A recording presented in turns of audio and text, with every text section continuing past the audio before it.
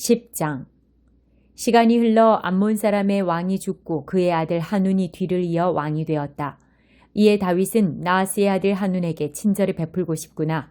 그의 아버지가 내게 한 것처럼 나도 그를 잘 대해주고 싶다고 하면서 한운의 아버지 이를 위로하기 위해 조문단을 보냈다.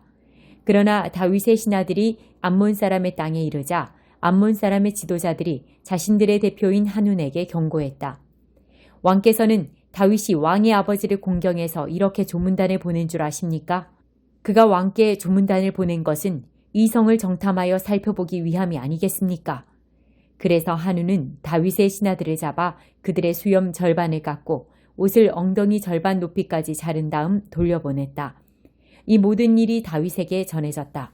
그들이 심한 모욕을 당했으므로 다윗은 사람들을 보내어 그들을 맞이하게 했다.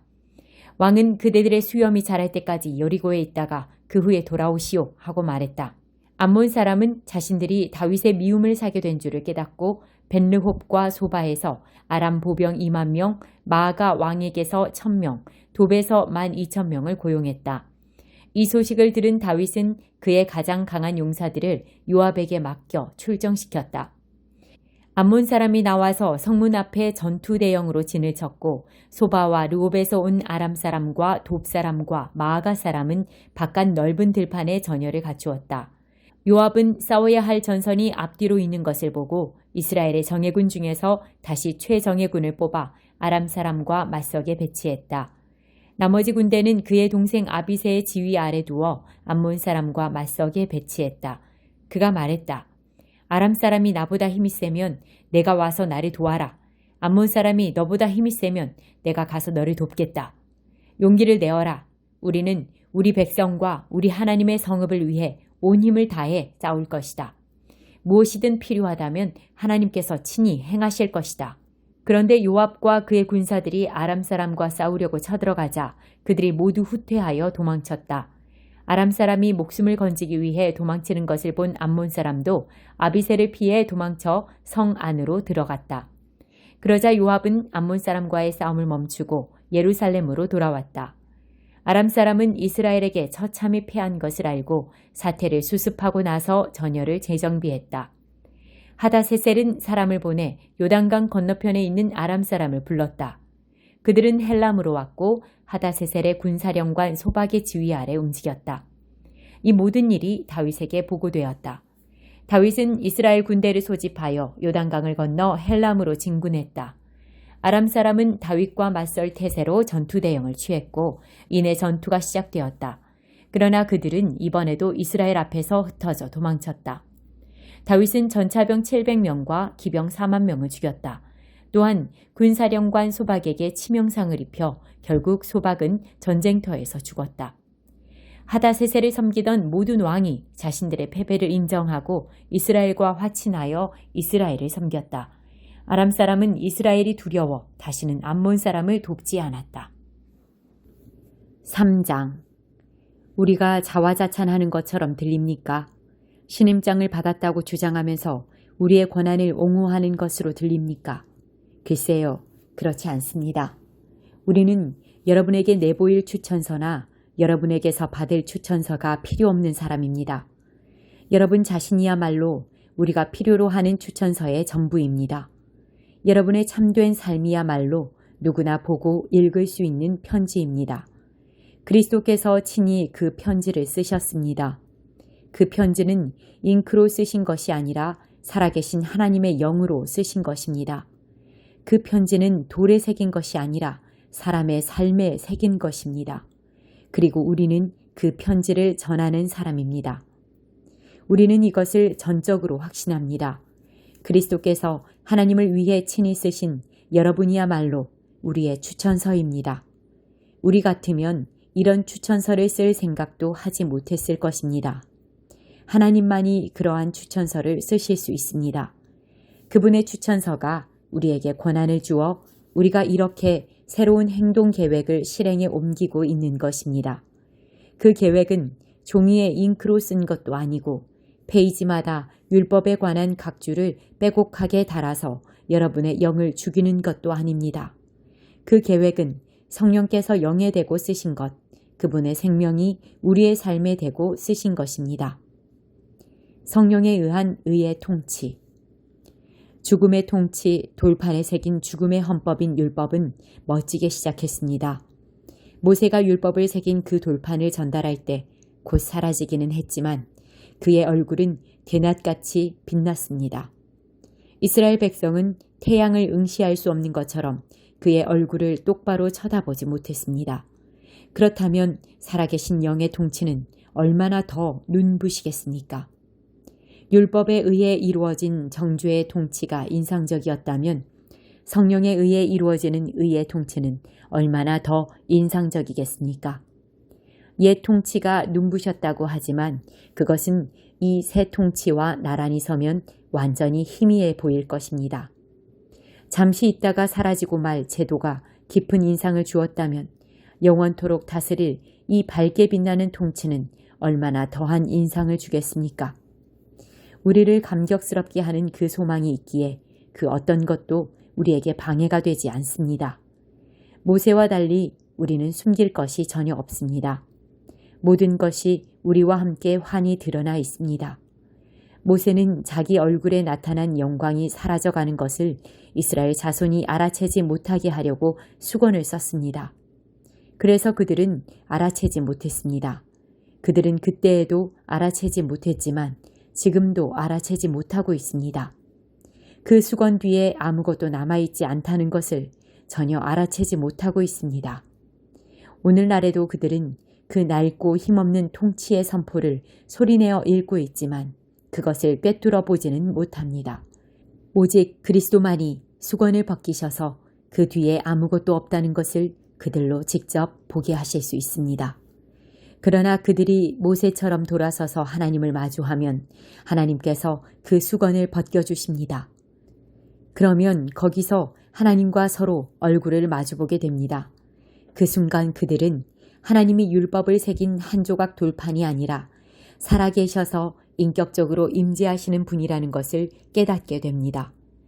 살아계신 영이신 하나님께서 임하시면 우리를 옥죄던 저 낡은 법조문이 쓸모없다는 것을 깨닫게 됩니다. 우리는 그 법조문에서 풀려난 사람들입니다. 우리 모두가 그러합니다. 우리와 하나님 사이를 가로막는 것은 아무것도 없습니다. 우리의 얼굴은 그분의 얼굴빛으로 환히 빛나고 있습니다. 하나님께서 우리 삶에 들어오시고 우리가 그분을 닮아갈 때 우리는 메시아를 꼭 닮은 형상으로 변화되고 우리 삶은 점점 더 밝아져서 보다 아름다워질 것입니다. 17장 독수리와 포도나무 비유. 하나님의 메시지가 내게 임했다. 사람의 아들아, 이스라엘 족속을 위해 수수께끼를 하나 내어라. 그들에게 이야기를 들려주어라. 주 하나님께서 말씀하신다.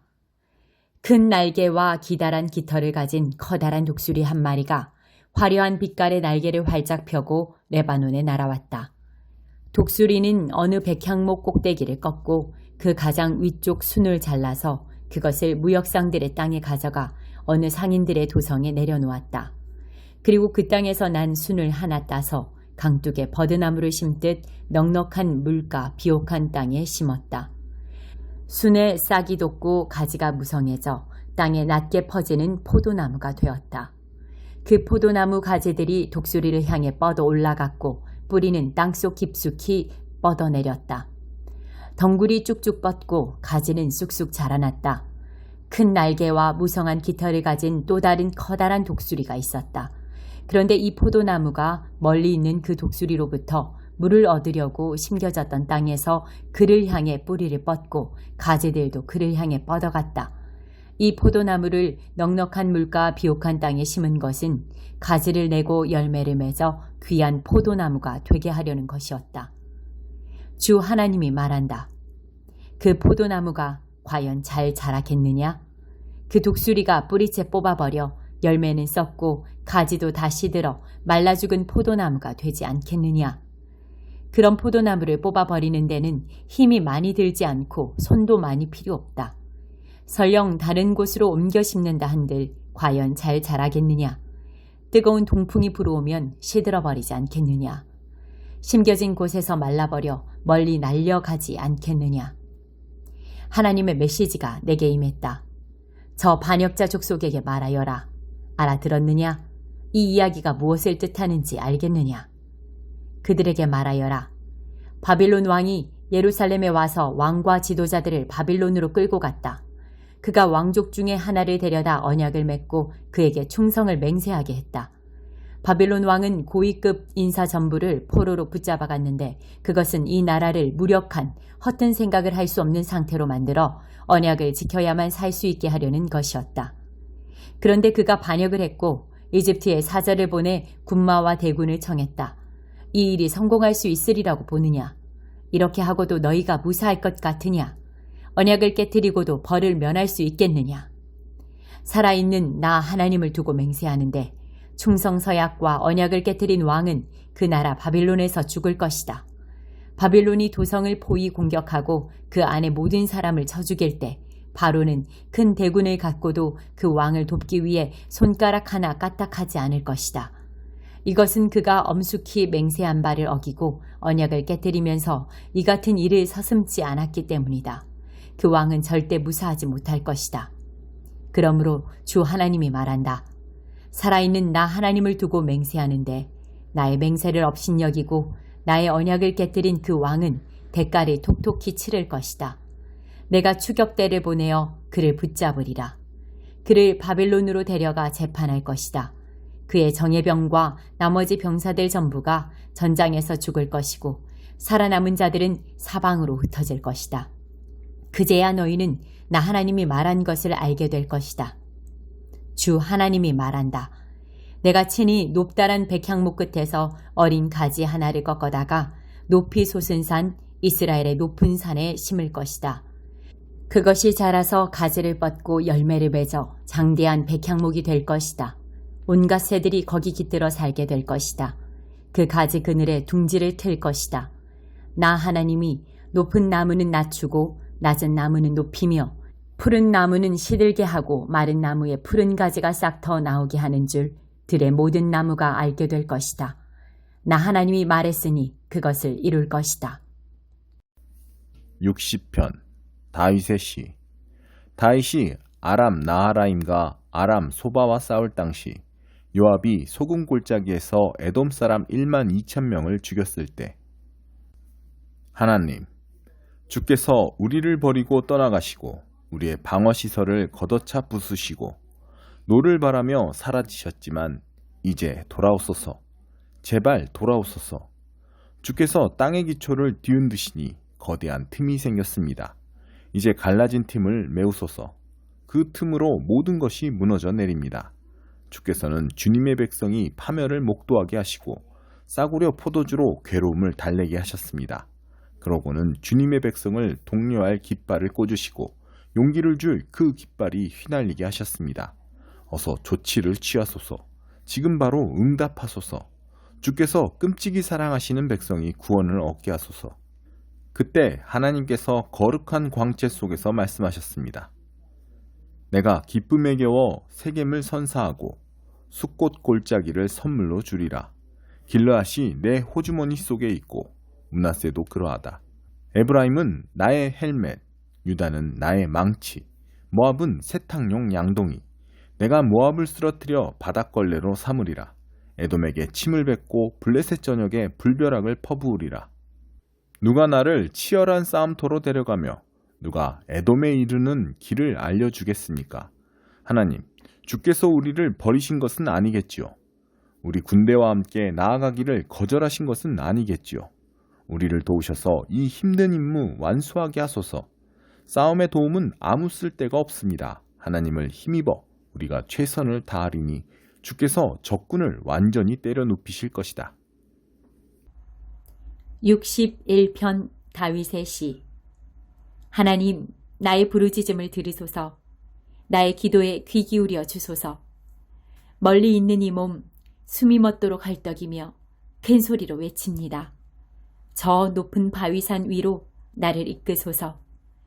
주께서는 내게 숨 쉴 공간을 주시고 모든 상황에서 벗어나 쉬게 하시며 주님의 은신처 평생 이용권을 주십니다. 주님의 손으로 흔쾌히 초대해 주십니다.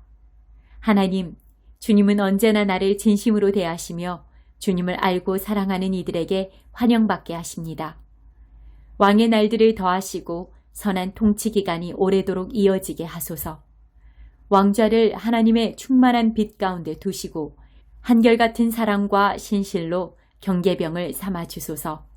그러면 내가 시인이 되어 주님의 영광을 노래하고 노래한 대로 날마다 살아가겠습니다.